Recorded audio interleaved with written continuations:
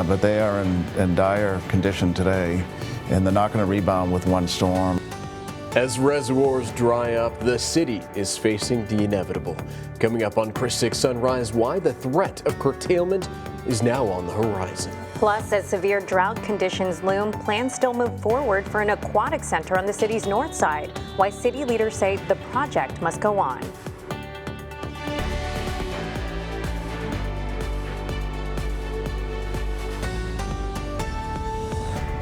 Hey there, good Tuesday morning, everyone. You are watching Chris 6 Sunrise. Thank you so much for waking up with the Hoffmans today. I'm Brian Hoffman. And I'm Michelle Hoffman. Folks, it's Tuesday, and we are manifesting a good day and a good week. So let's check in with meteorologist Stephen Jones to see how our forecasts and roads are shaping up to start the day. Hey, good morning, Stephen. Morning. Well, good morning, you guys. You know, looking like a pretty good week so far. We haven't had as much fog as last week, and we've been quite a bit warmer than where we were just a couple weeks ago. Now, even so, right now, 62 degrees is what we're waking up to here in Corpus Christi. Still jacket worthy if you ask me, but here's a live view from our USS Lexington cam. Thanks to First Community Bank, we have a little bit of that cloud cover overhead, but luckily not too much fog as of right now here in Corpus Christi. We could still see the new Harbor Bridge nice and lit up, kicking off our Tuesday morning, and traffic flowing nice and smoothly along it. The same goes for SPID, just a few more cars along that roadway right now, but as we look at those visibilities, that's mainly what we're watching for. Some of those reduced visibilities into Kingsville, less than 1 mile right now.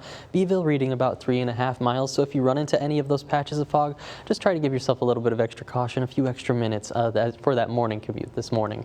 As through the rest of the day, we're going to see that sunshine come back out and the 80s make the return for daytime highs. But in terms of that traffic flow, not tracking any slowdowns. So really just looking like a good and green Tuesday morning.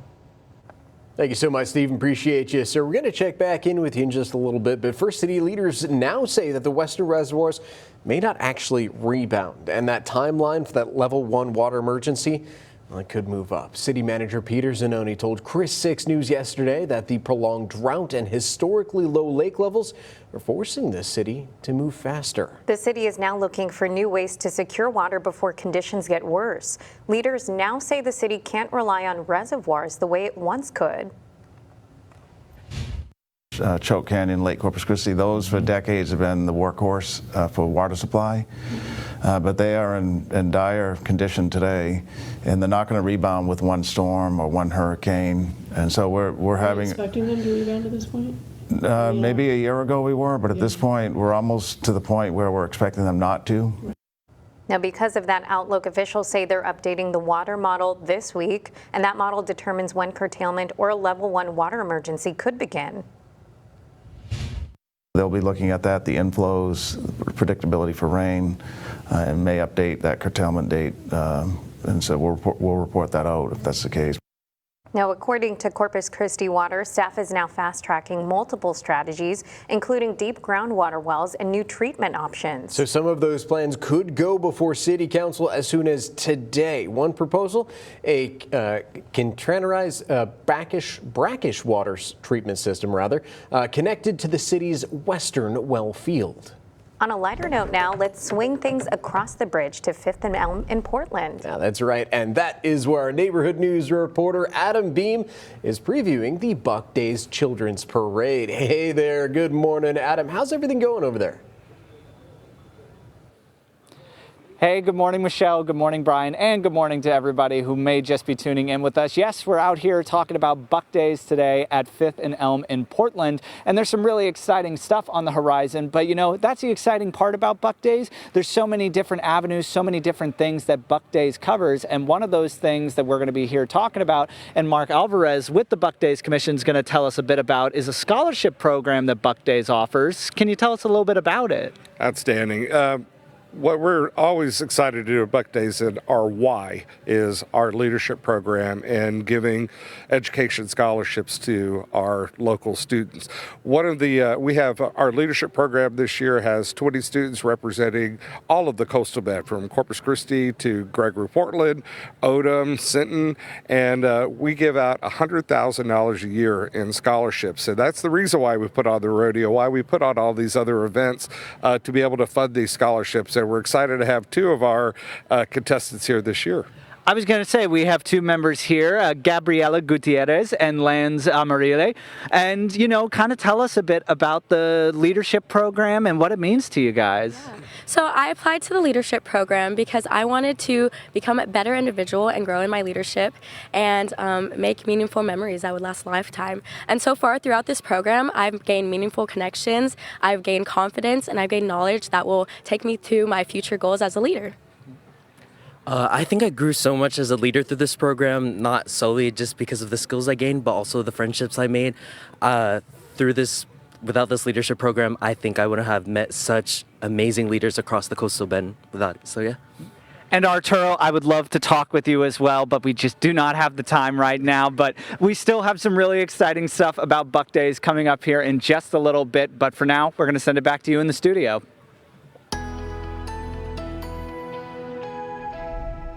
Well, thank you so much, Adam. Looking like a wonderful time out there and wonderful time coming up for Buck Days. But as we're kicking off our Tuesday morning, luckily just a little chilly out there. Not as cold as it could be for sure.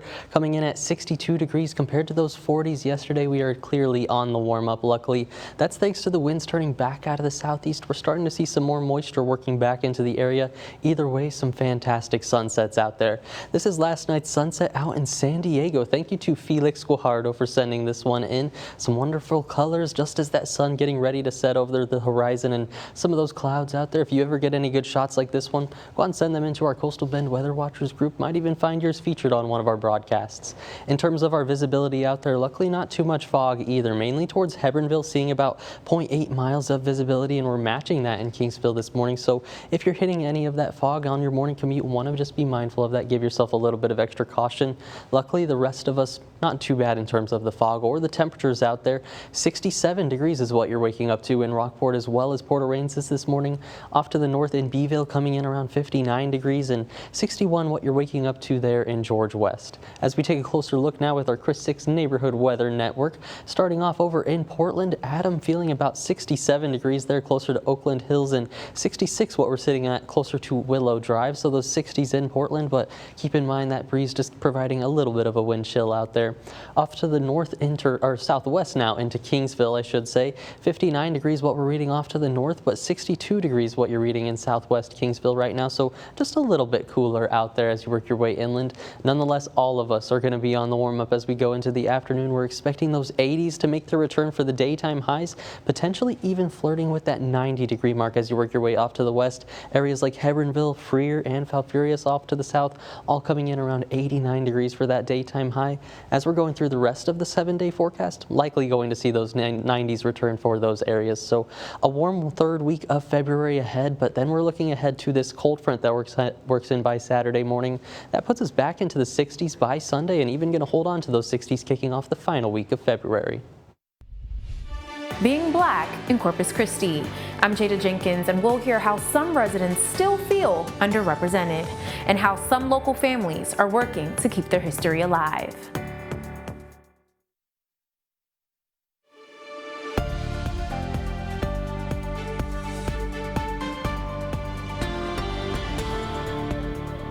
Welcome back, folks. Jesse Jackson, a civil rights icon and two-time presidential candidate, has passed away at the age of 84.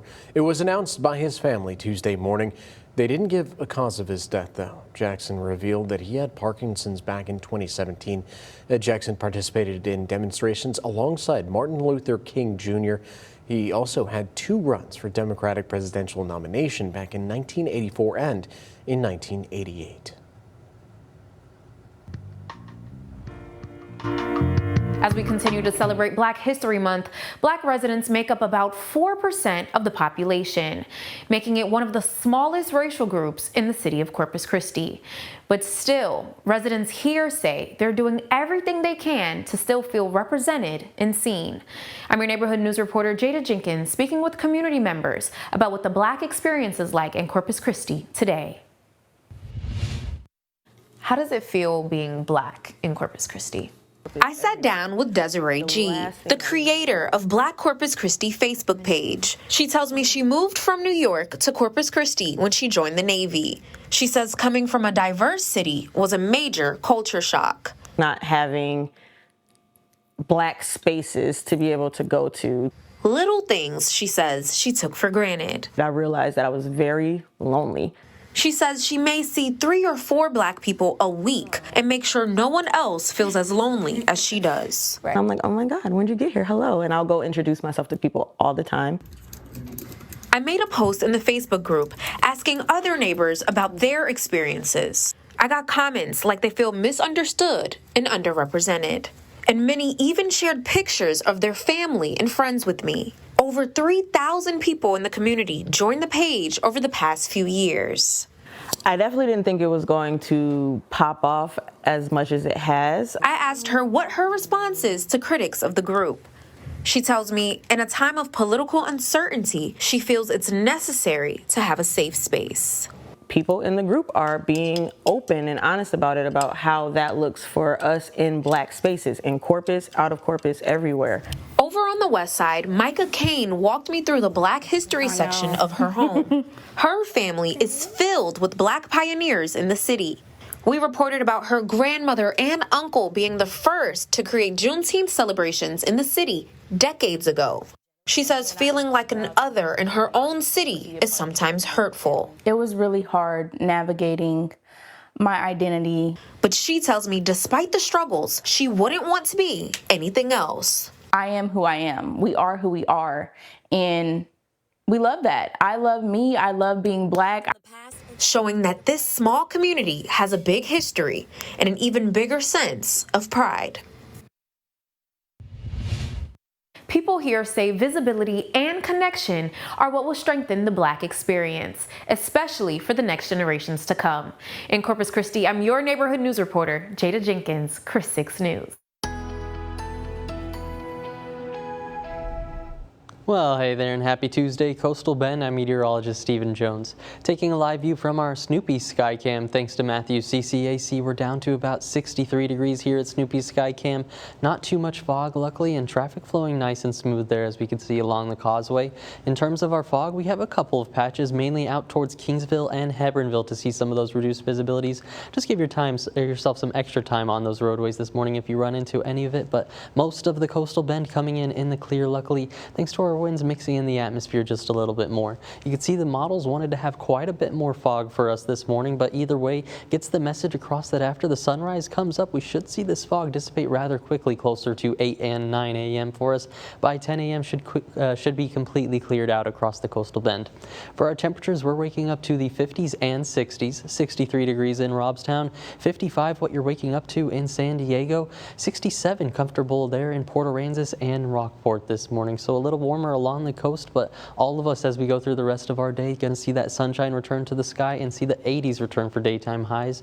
Looking at about 81 if not 82 degrees here in Corpus Christi. One other thing we're going to notice though, those winds picking up quite a bit into the afternoon, 23 miles an hour. Now that's the sustained wind. We're likely going to see some of those wind gusts get upwards of 30 to 35 miles an hour this evening. So if you're going to be hitting the roadways, just keep that in mind. You'll notice it blowing the car around a little bit and could see some of that loose outdoor decor also get blown around as we go through our Tuesday. Through the rest of the week though, we're going to be warming up with this ridge of warm high pressure overhead, but we're keeping our eyes off towards the west coast. You can see those blues in that next trough of low pressure. That's where we're watching for the next cold front, and finally by the time we're heading into Saturday, looks to move into the Lone Star State. That's where we're finally going to see that next cool front or cool down make its return to the Coastal Bend for us as we're heading into the weekend. You can see that on our forecast high temperatures, the very steep dip that we're going to take in our temperatures heading into Sunday and Monday, but going to be brief-lived as we head through the rest of that final week of February. Looks like we'll warm right back up. So for our current 7-day forecast, looking warm throughout the week ahead, then that cold front finally works in, cooling us off to kick off next week. An argument that ended in death. Still to come, we have details on a fatal shooting on the city's west side. Plus, if you have an outstanding warrant, keep in mind the grace period is underway. We'll show you how long it lasts after the break.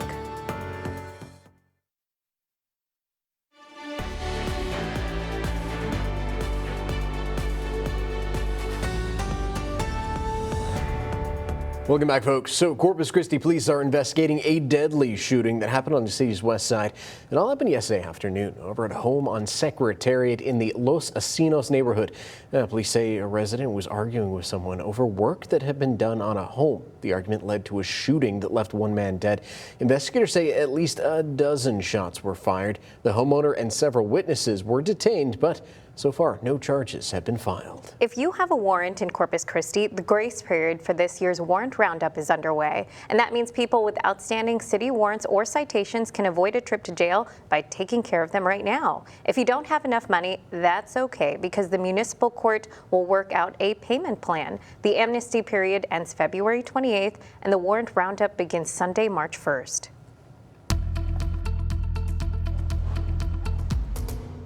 Well, hey there, and good Tuesday morning, Coastal Bend. Taking a live look from our USS Lexington cam, thanks to First Community Bank.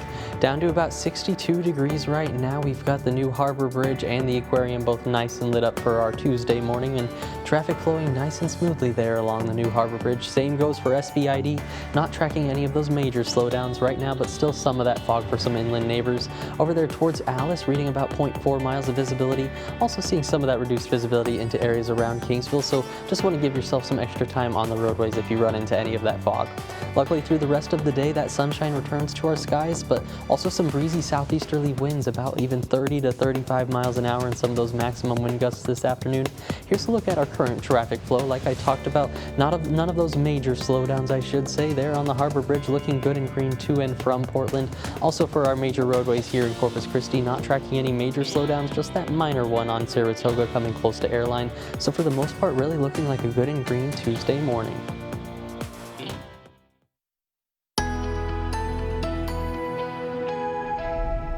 Well, howdy and happy Tuesday, Coastal Bend. Taking a live view from our Snoopy Skycam thanks to Matthew CCAC. Traffic flowing nice and smooth there along the causeway, and waking up to about 66 degrees there closer to the island, down to about 62 or so here in Corpus Christi, but most of us waking up to those 50s and 60s, shaping up for a beautiful sunrise. But here's a look back at last night's sunset. This was over in San Diego. Thank you to Felix Guajardo for sending this one in. Just some great colors out there just as the sun's getting ready to set over the horizon, and just a wonderful shot. If you ask me, if you ever get any good sunsets, sunrises, maybe the one about to happen, go and send it into our Coastal Bend Weather Watchers group. Might even find your photo featured on one of our broadcasts.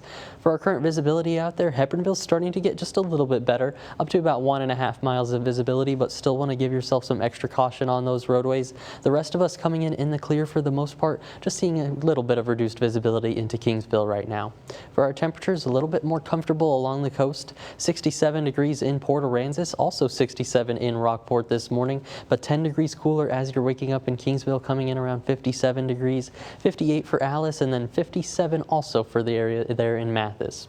Taking a closer look with our neighborhood weather network now, they're on the south side, coming in about 65 degrees for Bent Trail Drive, 64 what you're sitting at there on Garden Court. As we work a little bit closer to the north, Portland there where Adam is right now over by 5th and Elm, coming in at 67 degrees for Oakland Hills and 66 degrees for Willow Drive, so just a little cooler there as we're working inland. But as we go through the rest of the day, let's start to plan it out with our dog walking forecast. Today we've got Cooper on the board, ready to go on his walk in his backyard, he says, and gotta say that's not such a bad place to be as home, I'd say, Cooper. Either way, those temperatures are going to be on the rise. 10 a.m. coming in at 73 degrees, already up to 80 as we're heading into the early afternoon, so going to be a warm one. But one more thing we're watching for later today is going to be the breezy conditions working in. One thing we should note about those forecast highs, as you work your way west in the Coastal Bend, areas like Freer, Hebronville, even off towards Falfurrias, could see about 89 degrees, if not that 90 degree mark for the daytime high. So a very warm Tuesday, and as we go through the rest of the week, likely to hit those 90s out there. For our wind gusts today, though, going to be in those 30 to 35 mile per hour range as we head into the later portions of the afternoon. So definitely going to notice it if you're out on those roadways, or if you have any just loose outdoor decor. That trash can might get blown around a little bit through the next few days. We're still going to stay warm with this upper level ridge of high pressure, but my eyes are going to be off towards the west coast. You can see these blues and that next trough of low pressure. That's where our next cooler shot of cold air is going to come from. By Saturday, starts to work into the central United States and into the Lone Lone Star State. So that's where we're finally going to have our next cold front work back in, and finally some cooler temperatures, at least looks like below average as we head into Sunday. Here's how that 7-day forecast is shaping up. 86 by Friday. That cold front puts us down to 69 by Sunday with overnight lows in the 40s. In a few days, you'll be able to walk on the new Bob Hall Pier for free, but in 90 days, you'll have to open your wallet. I'm Drew Bishop explaining the pier's admission prices and where that money goes.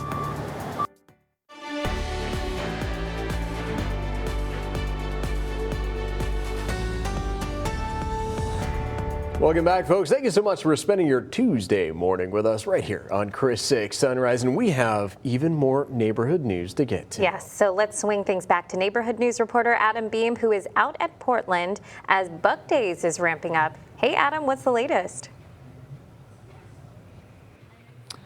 Hey, good morning, Michelle. Good morning, Brian. Yes, we're still out here at 5th and Elm talking all things Buck Days because there's some really exciting stuff coming up for the events and everything this year. And here to talk about one of the quintessential Buck Days events, the parades, is Mark Alvarez with the Buck Days Commission. Mark, some really exciting parade stuff coming up? We really are. We're so excited to bring the Buck Days Children's Parade, brought to you by Driscoll Children's Hospital, to the city of Portland. The city has been welcoming us to bring this additional event over here. We're really excited. It also ties in with our 5K that we're going to have that same morning. And then it all culminates with the Cowboy Breakfast, live music, arts and crafts, and all types of activities here at 5th and Elm. We couldn't be more excited to help launch this wonderful venue by also showcasing one of our highlight events, which is our Buck Days Children's Parade. And you know, who would know more about the Buck Days parades than a Buckerator? And we are joined by one, this finely dressed fellow here, Cam Kramer. So, Mr. Kramer, how many Buck Days parades have you been a part of now? I have been a part of 10. It's my 10th year. Yep. Well, that is some very exciting stuff. So kind of tell us about the parades that are happening this year and what people can look forward to. Definitely. We're looking to have a fabulous event. We're excited about coming to Portland with the Children's Parade. And all the opportunities that affords the children.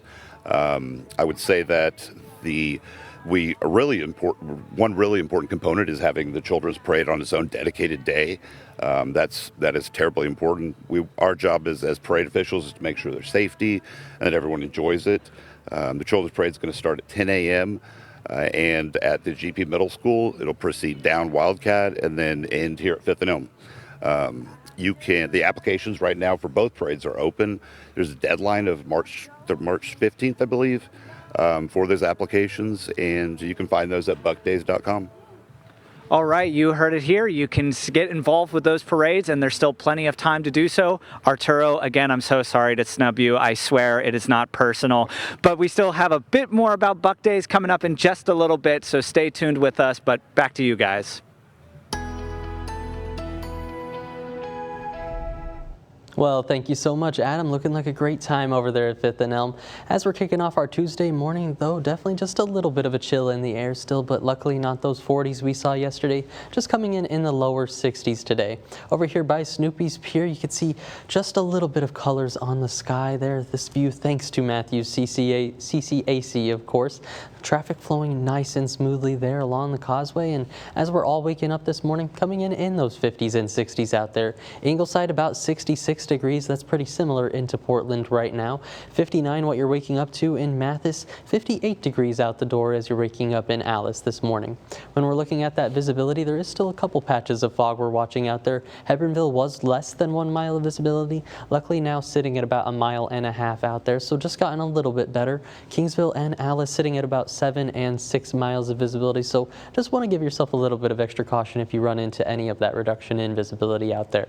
Through the rest of our Tuesday, though, going to shape up pretty nicely. It's going to get warm and windy for us. Going to see that sunshine return to our skies, the 80s return for those temperatures, and winds going to be sustained around 20 to 25 miles an hour as we're heading into later portions of the afternoon and evening. Some of those wind gusts likely to push upwards of 30 miles an hour, so going to be a breezy one for us today. But as we're looking ahead through the rest of the week, we're going to look ahead towards Saturday where we get that next cold front back into the region, and we're finally going to see the return of those below average temperatures as we're kicking off the final week of February, but looks like it will be short-lived. I'll break down more on that and our precipitation chances coming up. but they are in dire condition today, and they're not going to rebound with one storm. As reservoirs dry up, the city is facing the inevitable. Coming up on Chris 6 Sunrise, why the threat of curtailments is on the horizon. Plus, as severe drought conditions loom, plans still move forward for an aquatic center on the city's north side. Why city leaders say the project must go on. Now, 20 minutes of nonstop news, sponsored by Ewald Kubota. Hey there, welcome back, folks. Thank you so much for joining us for our 20 minutes of nonstop news with the Hoffmans. I'm Brian Hoffman. And I'm Michelle Hoffman. Folks, we told you we have plenty of neighborhood news for you this morning. But first, we got to check in with meteorologist Stephen Jones to see how the weather and roads are looking today. Hey, good morning, Stephen. Morning. Well, good morning, you guys. You know, it's looking pretty nice out there this morning. Still jacket worthy if you ask me, in the 50s and 60s. But hey, I'll take it compared to the 40s we saw yesterday. Here's a live view from our USS Lexington cam, thanks to First Community Bank. Down to about 62 degrees, but traffic flowing nice and smooth there along the New Harbor Bridge. Same goes for SBID, just a few more cars on that roadway, of course, but as we're looking at the temperatures into those 50s and 60s, even 67 degrees out there in Port Aransas and Rockport. In terms of our visibilities, just keep in mind areas like Beeville and Alice could still see some of that reduction in visibility, but going to be a warm one as we head through the rest of the day, chasing those 80s for daytime highs, and nothing in terms of our traffic flow, so looking like a good and green Tuesday morning. Alrighty, Stephen, thank you so much. Now we're going to check back in one last time with neighborhood news reporter Adam Beam. That's right. He is out there over on 5th and Elm in Portland covering some Buck Days news. Adam, thank you so much for spending the morning with us, brother. We really do appreciate it. What's the vibe out there right now?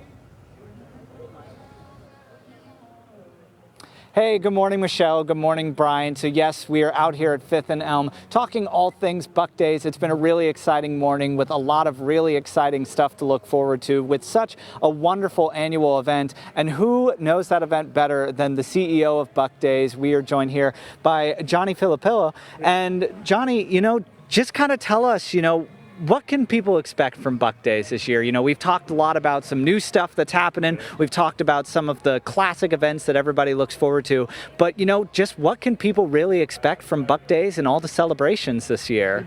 So great family fun, obviously kicking things off here in Portland. We're really excited to form this partnership.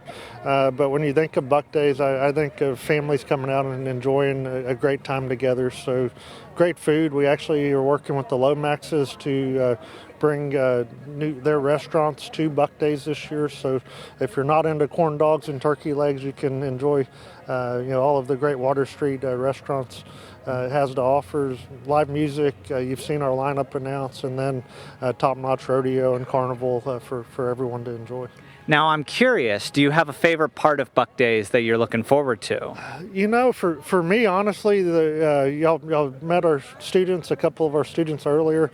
They go through what's called a Dale Carnegie training, and watching them graduate from that program is probably one of the coolest things I get to witness throughout the year. I know that's not the fun events, but really seeing those kids grow and really engage in looking forward to their future endeavors is pretty cool. So. Well, that is definitely something to look forward to. And since you mentioned corn dogs, I know what I'm going to be looking forward to about this year's Buck Days and all those wonderful celebrations. There's a lot of really exciting stuff. And if you want to know more about everything you can expect from Buck Days this year, you can find it on our website at christv.com. But John, I want to thank you so much for such a wonderful morning and for such exciting news. And back to you guys.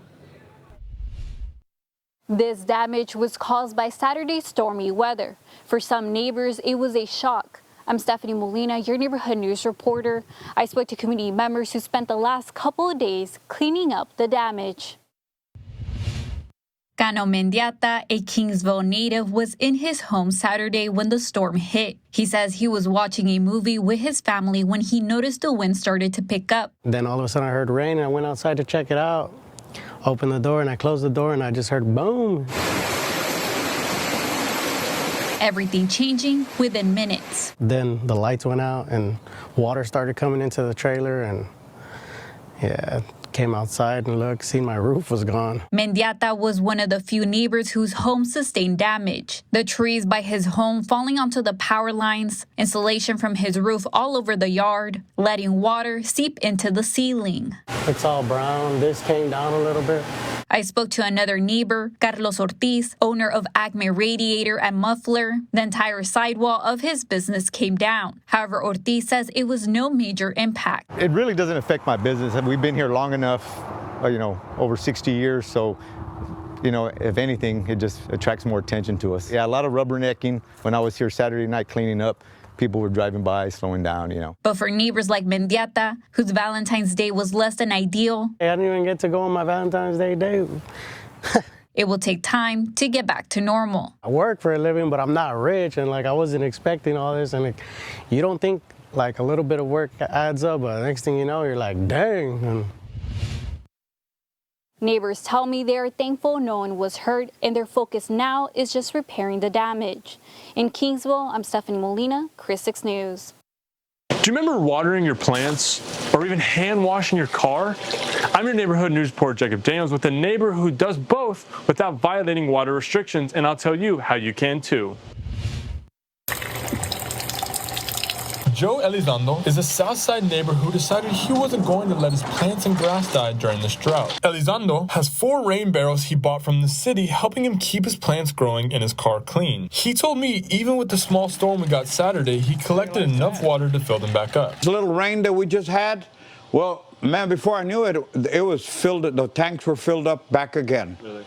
And I have enough water, which is, I just told you, a little bit over 220 gallons of water. Elizondo uses the barrels to water his grass and even helps out his neighbors. As a Corpus Christi native surviving through the drought, I had to know, how long does that usually last? I have had enough water for, I'd say, months, months. You can really save quite a bit, Elizondo also tells me he collects rainwater from the street, which he also uses to water his grass. See how there's water on the gut outside on the street? Mm-hmm.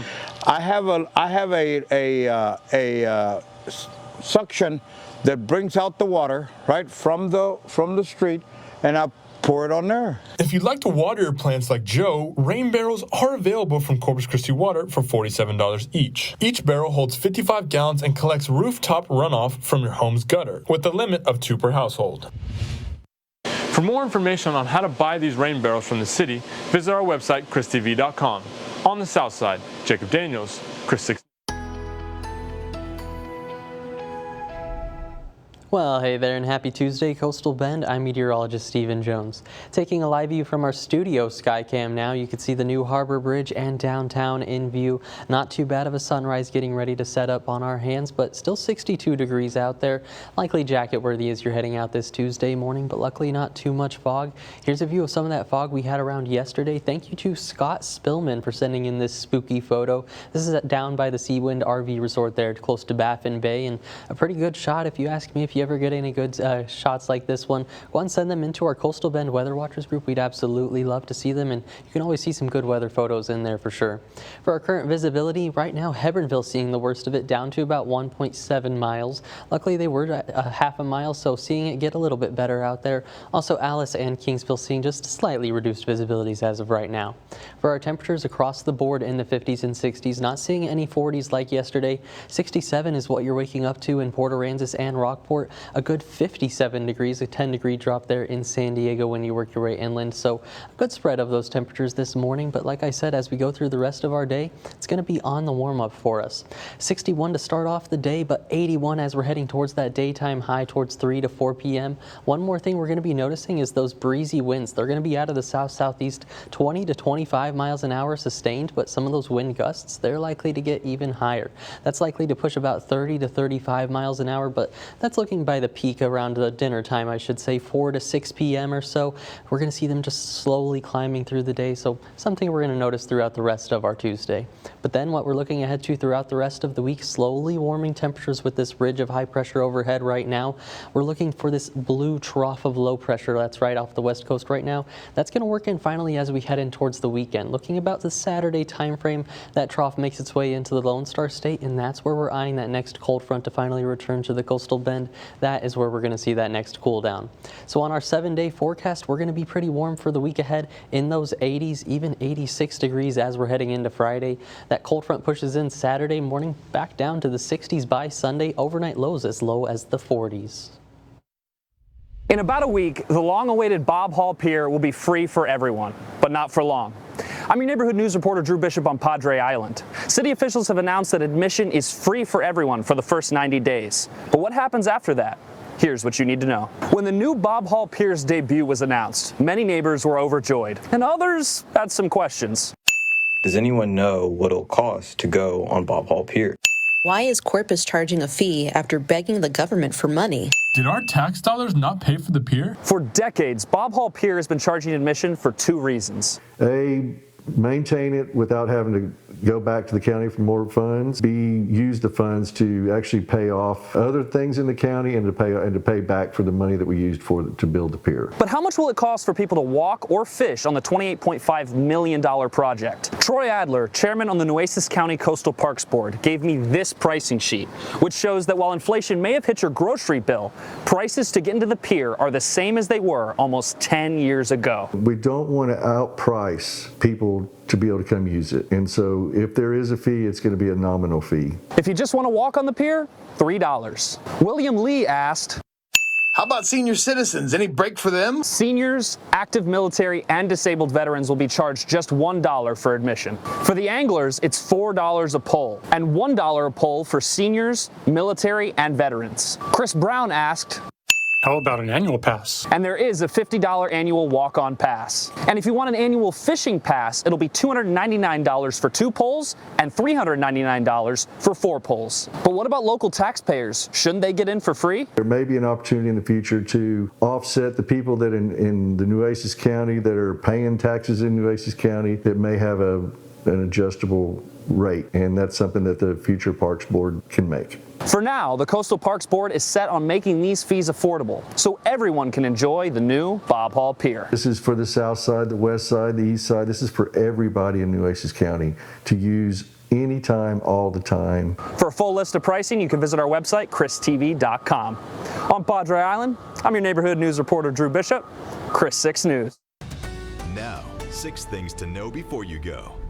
All right, let's start off this list with city leaders now saying that the western reservoirs may not rebound, and a timeline for that level 1 water emergency, well, that could move up. City Manager Peter Zanoni told Chris 6 News yesterday that the prolonged drought and historically low lake levels are forcing the city to move even faster. The city is now looking for new ways to secure water before conditions get worse. Leaders now say the city can't rely on reservoirs the way it once could. Choke Canyon, Lake Corpus Christi, those for decades have been the workhorse for water supply, but they are in dire condition today, and they're not going to rebound with one storm or one hurricane, and so we're having. Expecting them to rebound at this point? Maybe a year ago we were, but at this point we're almost to the point where we're expecting them not to. Because of that outlook, officials say they're updating the water model this week. That model determines when curtailment or a level 1 water emergency could begin. They'll be looking at that, the inflows, predictability for rain, and may update that curtailment date. And so we'll report that out if that's the case. According to Corpus Christi Water, staff is now fast-tracking multiple strategies, including deep groundwater wells and new treatment options. Well, some of those plans could go before City Council as soon as today. Now, one proposal, they contained brackish water treatment systems connected to the city's western well field. The city of Taft, in a separate story, has settled a lawsuit with its former chief of police. A copy of the settlement obtained by 6 Investigates shows John Landreth was awarded $180,000. It also shows a letter from the current city council expressing regrets over accusations that the council made against Landreth last year.